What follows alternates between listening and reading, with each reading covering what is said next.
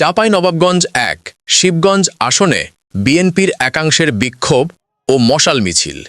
তাদের দাবি, অবৈধ মনোনয়ন প্রত্যাহার না হলে এর দায়ভার জনগণ নেবে না।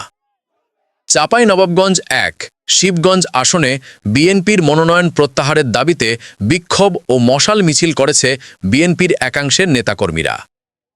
বুধবার রাতে শিবগঞ্জ পৌর এলাকায় এই কর্মসূচি অনুষ্ঠিত হয়।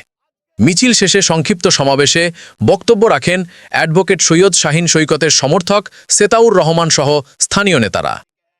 বক্তারা অভিযোগ করেন, এই মনোনয়ন অবৈধ ও গণবিরোধী।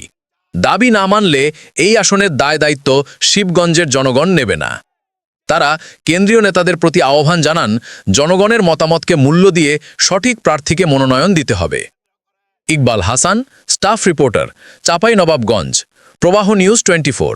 প্রবাহিত হোক তথ্য, উন্মোচিত হোক সত্য। শিবগঞ্জ আসনের যে ব্যক্তিটি বিগত 17 বছর আন্দোলনে ছিলেন, আজকে উনাকে নমিনেশন থেকে বঞ্চিত করা হয়েছে। আজকে শিবগঞ্জের জনগণের প্রশ্ন যে শিবগঞ্জে যে ব্যক্তিকে 8 বার নমিনেশন দেওয়া হয়েছে, সেই ব্যক্তি আর কত নমিনেশন চাই? তার মৃত্যুর পরও কি তাকে নমিনেশন দেওয়া হবে নাকি? যেই ব্যক্তি এই শিবগঞ্জের মাটিতে এক সময় পল্লী বিদ্যুতের ঘটনাকে কেন্দ্র করে 17 জন ব্যক্তিকে এই শিবগঞ্জের মাটিতে হত্যা করা হয়েছিল, সেই ব্যক্তি আর কতবার নমিনেশন চাই? যে ব্যক্তি বিগত 17 বছর আওয়ামী লীগের সাথে আঘাত করে চলেছে, তার রাইট হ্যান্ডাররা চলেছে, তারা কিভাবে আর কতবার নমিনেশন চাই?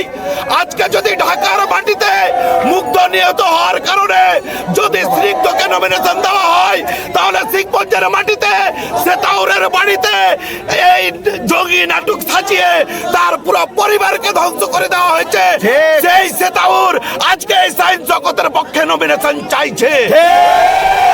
আপনারা সকলে শিবগঞ্জের জনগণের, শিবগঞ্জের সাধারণ ভোটারদের আকাঙ্ক্ষা যদি পূরণ না করেন, তাহলে এই শিবগঞ্জের সিটের কি হবে?